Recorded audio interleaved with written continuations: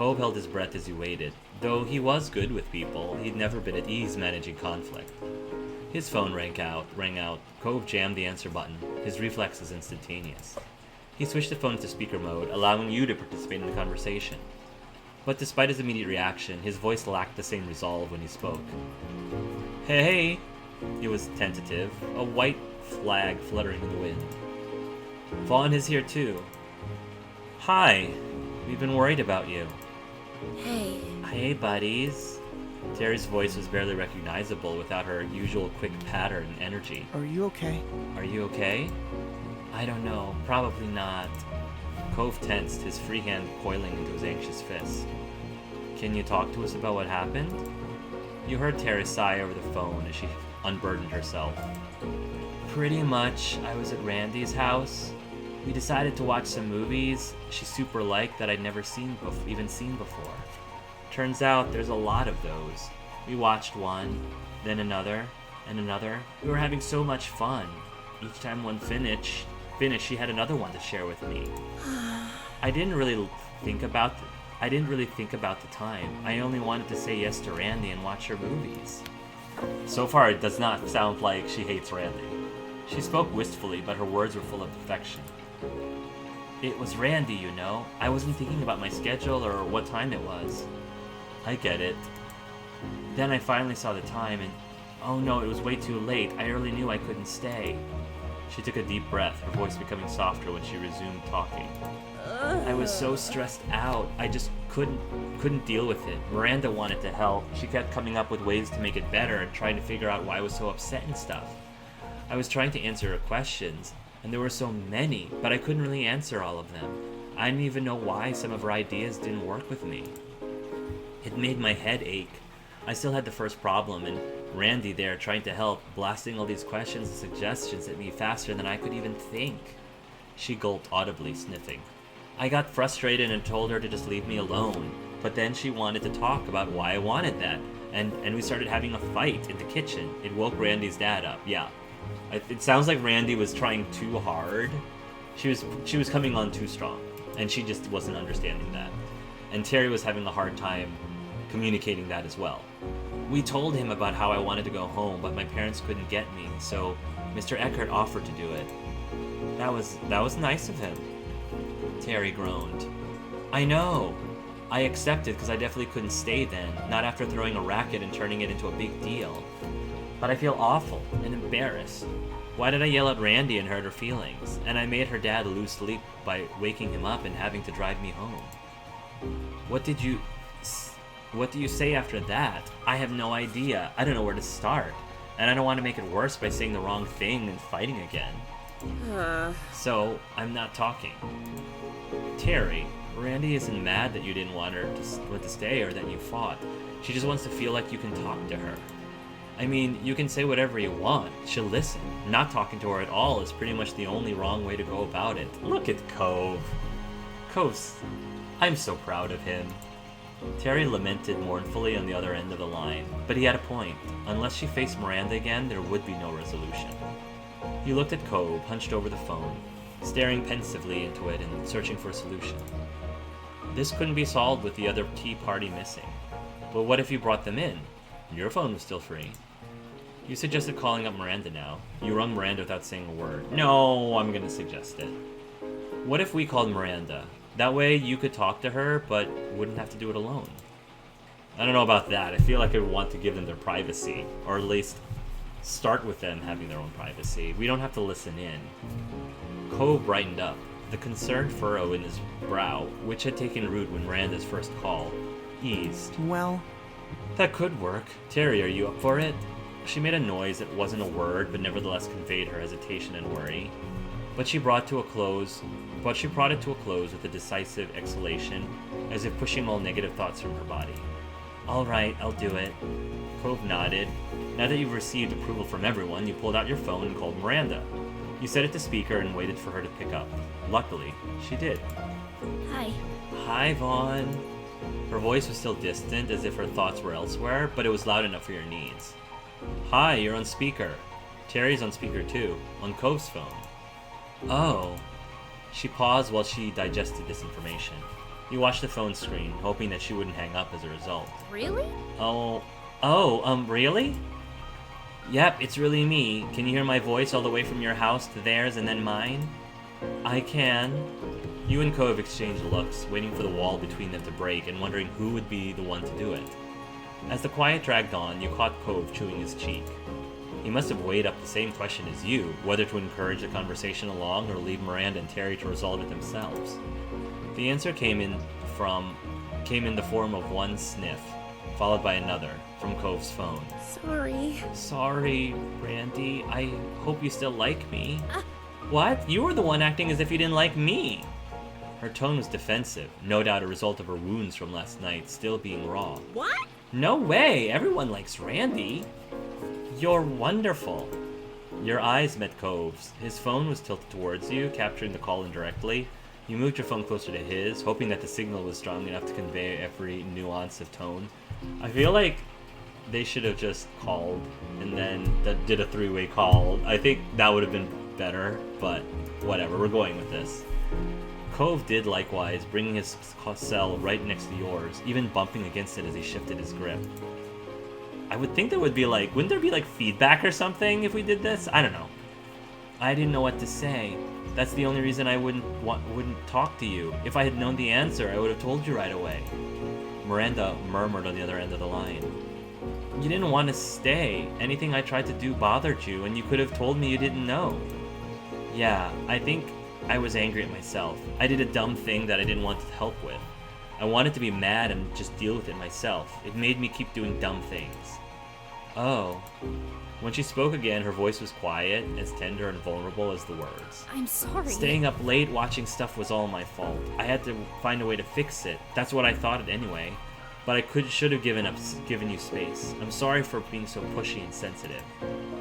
Oh, sorry. Miranda, that's all Miranda. Staying up late watching stuff was all my fault. I had to find a way to fix it. That's what I thought anyway. But I should have given you space. I'm sorry for being so pushy and sensitive. Hardly. Miranda Eckhart for having a flaw? I've never heard of such a crazy thing. You two just kiss already. The two of you just get a room. Just kiss already. Miranda let out a ghost of a giggle. Cove cleared his throat. Maybe you should call each other now? Sorry. Sure. Can do. Thanks for giving me the kick in the butt to do this already. Randy, Mandy, I'm gonna call you right now. Bye, Vaughn and Cove. She hung up after squeezing in another quick bye, though not giving you or Cove room to respond in kind. Miranda laughed, the noise tinkling gently like wind chimes in a summer breeze. You're really nice. Thank you for listening and helping. I'm gonna hang up now so I can answer Terry's call. Yeah, go ahead and do that. Bye. Bye, and good luck.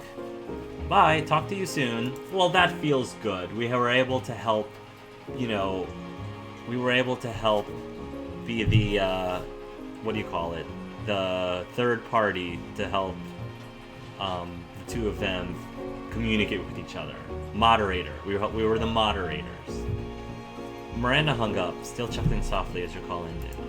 The room felt emptier without the other voices in it. Cove expelled a sigh that crashed through the newly fallen silence. He dropped his arms to his sides, letting his head hang down like a puppet at rest. Thank God. They shouldn't have involved us in that. We wanted to! What are you talking about? I'm so relieved it's okay. You were simply happy your friends had made up. This day's events had drained you. You were content now that Cove seemed at ease again. I'm so relieved it's okay. Cove scratched at his face, his expression cloudy. I think I need to find better ways for dealing with conflict because that was awful. We could all probably do better at that. I think you did okay given the circumstances. Yeah, I think that would help. You didn't comment. I said we could all probably do better at that. Cove meekly smiled as he rubbed at his eyes, weariness creeping over him, and mumbled his next words. We can talk about it another day. Conflict resolution methods? Huh? Huh? Oh no, forget it. Your eyebrows rose and then a light bulb went off in your head. Before Miranda called, didn't you say there was something you'd wanted to say? Cove's original visit had been thrown off, so off kilter that it was a struggle to wind your memory back to when he'd first turned up. Now you did, though you remembered that he had been perky when he'd arrived this afternoon. Was it good news? Cove brushed his hands against his now folded arms, shyly. Well, yeah, maybe. I'm not exactly sure it counts as news or even good. It just is what it is. I'm happy about it, though. You were curious, but you didn't want to push Cove if you didn't want to speak about it. You don't have to say anything, but if it makes you feel good, I think it is good news. Cove chuckled awkwardly, a hand creeping up to ruffle the hair on the back of his head. It's fine. If you want to hear, I can tell you. He shifted on his feet as if a different posture might give him the support he needed for the conversation. I didn't want to make it a big deal, but I kind of... Well, not kind of. I just know what my sexuality is now. Oh! That's cool! Oh! That's exactly. That's what I said. Oh! A real subject change, huh? He chuckled. True, it was unexpected, but you were excited that Cove had come to understand himself more, and glad he wanted to share that with you. That's great. Tell me more. I'm guessing he's like pansexual, because... that's my guess, Pan, but we'll see. Cove drew a deep breath, straightening up. I'm demisexual. Ooh, demisexual. I know I've heard the definition of demisexual at some point. I just don't remember what it was. So, most of the time, I don't really have those kinds of feelings. Physical wants and stuff. Most of the time, he doesn't have those kinds of feelings. It's only in some situations, when I'm already really emotionally and romantically connected to someone, that I start to ever think about anything sexual, and it's only with them. I hadn't heard the term until pretty recently, and it just made a lot of sense once I knew what it meant. I had a word that fit how I felt. I love that. Congratulations, Cove. I love that. And I'm pan-romantic, because I've never had a preference for a specific gender or anything. So, yeah, pan-romantic. Yeah, I figured he was pansexual because our character can be pretty much anything. Our character could be male, our character could be female, our character could be gay, our character could be trans, our character could be demisexual, our character could be a lot of things. And in order for it to work, if Cove is supposed to be romantically involved with us, pan-romantic kind of just fits all those categories. So, yeah. That makes sense. Totally does, like I said. Cove looked down at the floor, being so open and direct about a matter that personal, which you were sure he'd spent a lot of time trying to figure out, seemed to be kind of weird for him. Despite that, there was a small, proud smile on his face, and when he looked up again, his gaze was steadfast. That's really nice to know. Have I ever pushed you or made you feel uncomfortable? So does that mean you're thinking sexual things about me? You felt proud of your boyfriend, too. That's really nice to know. Have I ever pushed you or made you feel uncomfortable? Cove shook his head easily. No, I overthink things when I get embarrassed about stuff. But you know how I am. When I actually don't want to do something, it's pretty hard to make me. That was definitely true of Cove. He had proven many times over the years that he wasn't afraid to dig in his heels. Although it seems like 99% of the time, seem to be successful by the end to get him to do what I am encouraging him to do. I like what to do. I like what we do together, and so I'd be glad if that didn't stop. There, Cove went getting bashful about things again, but you felt good, and you could feel that way because he was feeling good too. Okay, thanks for answering. All this talk of Cove's sexuality made you reflect about your own. Your feelings on yours hadn't wavered. Your view had evolved since you were younger.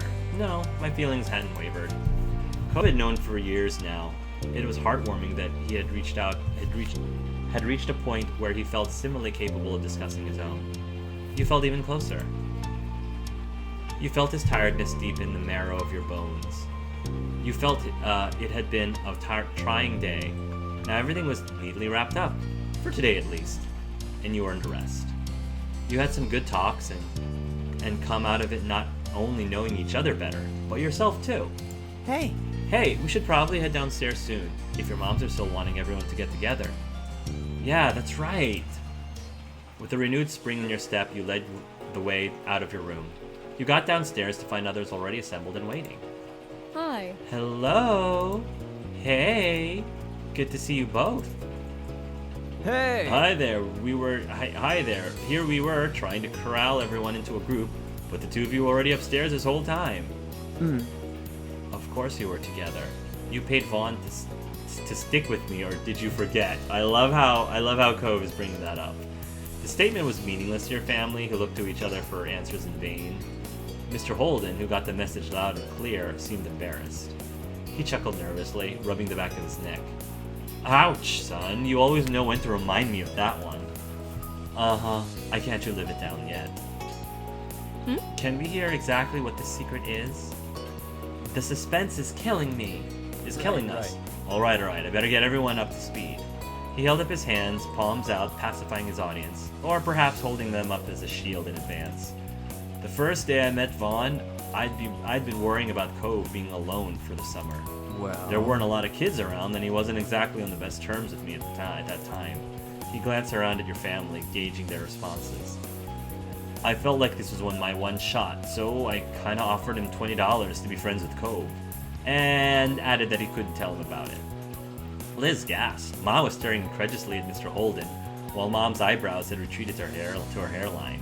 You and Cove, already knowing the story, were the only ones unaffected.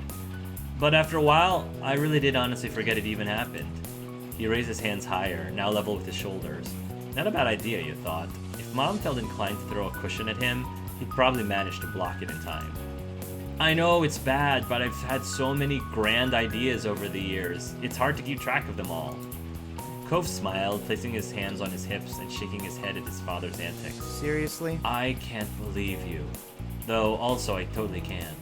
Your moms are less indulgent. The shock had ebbed away to displeasure.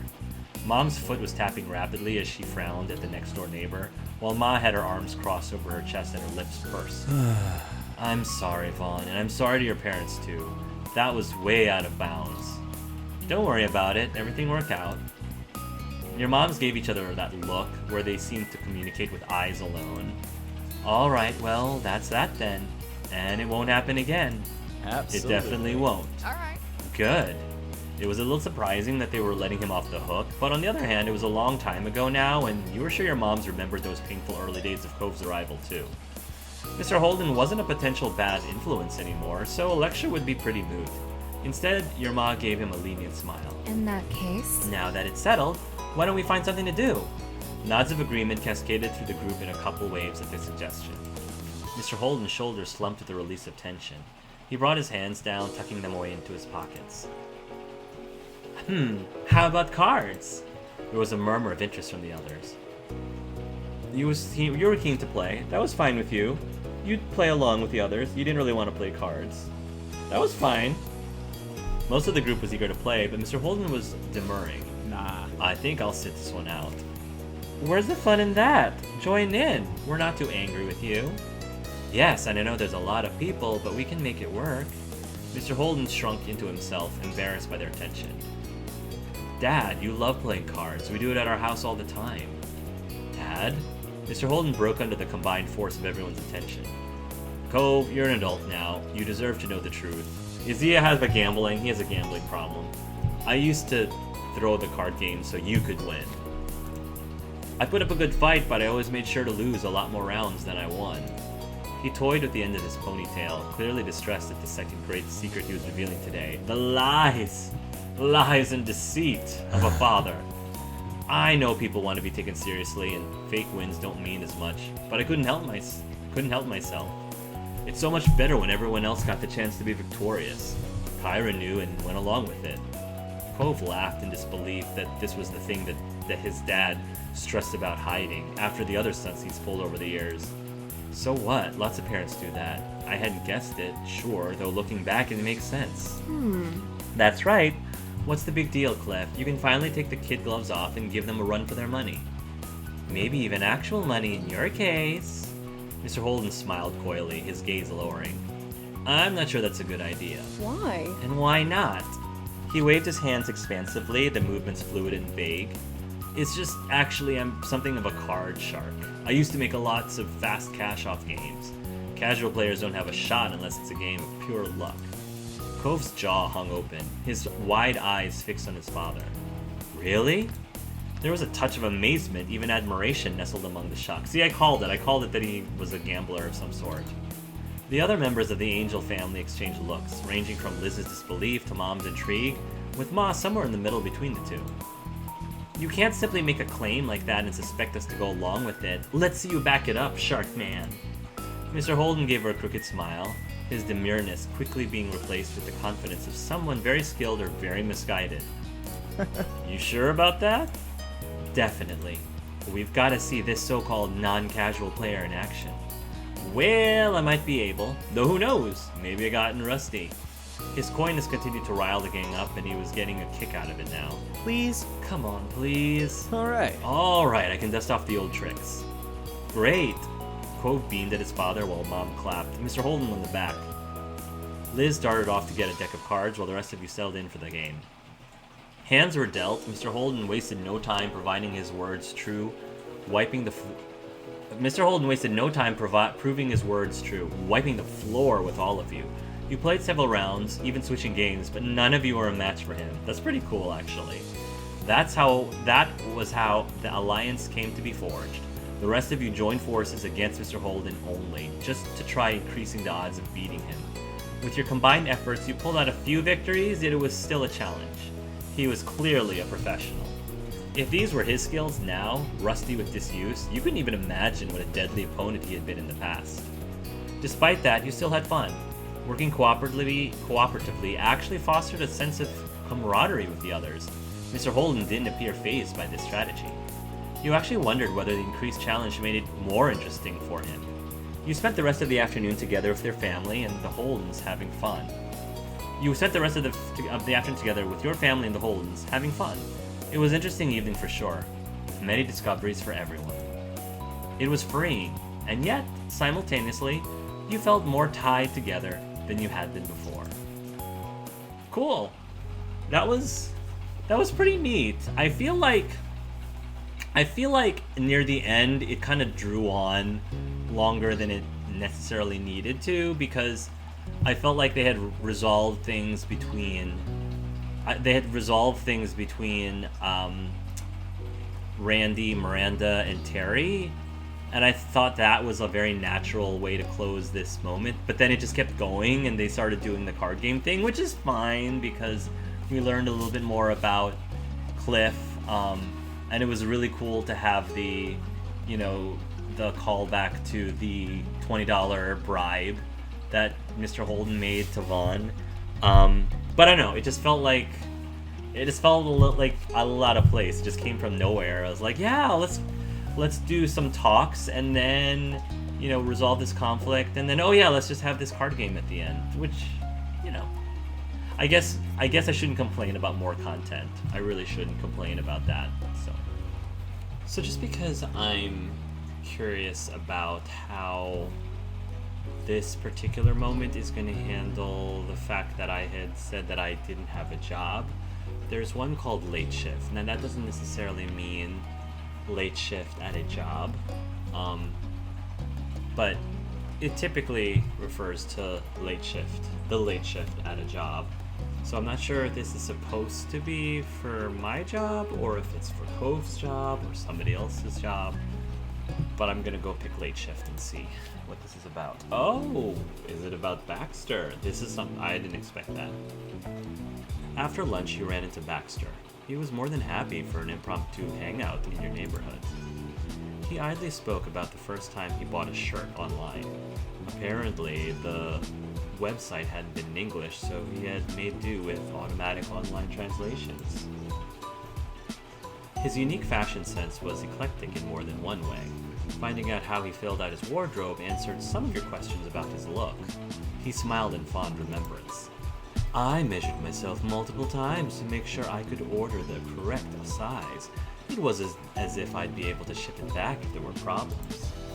But to make a long story short, it arrived in one piece multiple months later, and at that point I wasn't going to complain. It was a physical object in my hands. He gestured with his arm for emphasis. As he did, Baxter glanced at his wrist, at a watch that wasn't there. Anyway, I hope I'm not taking too much of your time with this. You had a few chores to do, but you were generally free. You weren't worried about it and shook your head. Baxter eased back and returned to chatting. The two of you meandered through the neighborhood, aimlessly walking as you talked. I saw Cove earlier. He was on his way to work, from what I gathered in a brief chat, and from how he was dressed. Oh, so I think this is about Cove. Cove's work. Yeah, he's working as a server at the tropical place. Oh, that's cool. Maybe I told Cove to try to improve their juice choices on their menu. I think he found a good option for himself, especially with how limited jobs are at this town. Since you are free, perhaps we could do better than standing here. I'd be delighted to invite you over to my condo to chat more comfortably. I'm sure you would, Baxter. I'm sure you would. Baxter's condo. You lived on this street your entire life but had never actually been inside. You were curious about it.